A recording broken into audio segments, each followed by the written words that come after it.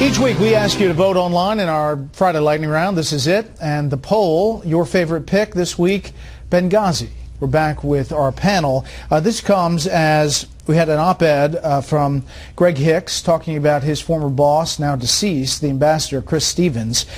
He writes, quote, Chris Stevens was not responsible for the reduction in security personnel. His requests for additional security were denied or ignored. Officials at the State Department and Defense Department in Washington made the decisions that resulted in reduced security. We're back with the panel. Kirsten, the main point here is that while the Defense Department offered it, he was staying in his lane in the State Department and turned the Defense Departments down.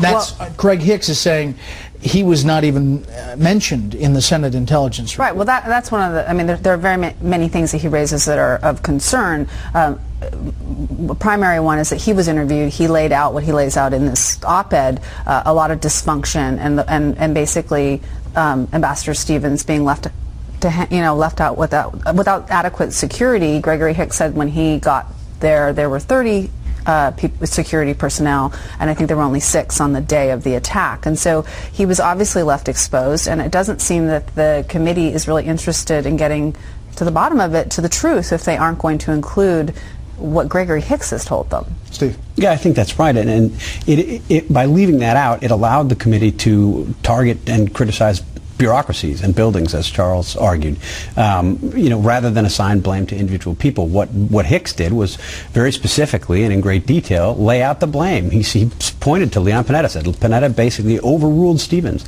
That was a problem. I think nobody would call that part of the Senate Intelligence Committee report a whitewash, but it certainly could have been more specific, and it's a shame that it didn't even include his account in any way.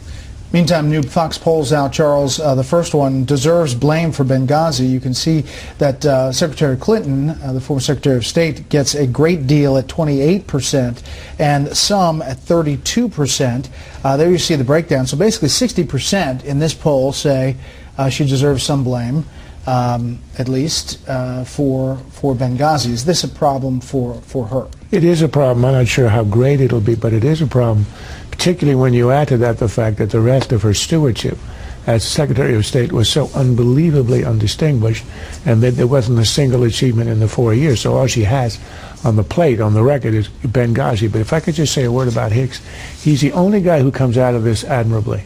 And in this article, he explains in a complicated way, and it is complicated, that Stevens wanted to change the way the guards were changed because he thought they would lose diplomatic immunity. It was not that he's the one who was responsible for the lack of protection, and it is disgraceful that those who were responsible are trying to shift the blame on, as Lindsey Graham said, onto a dead man.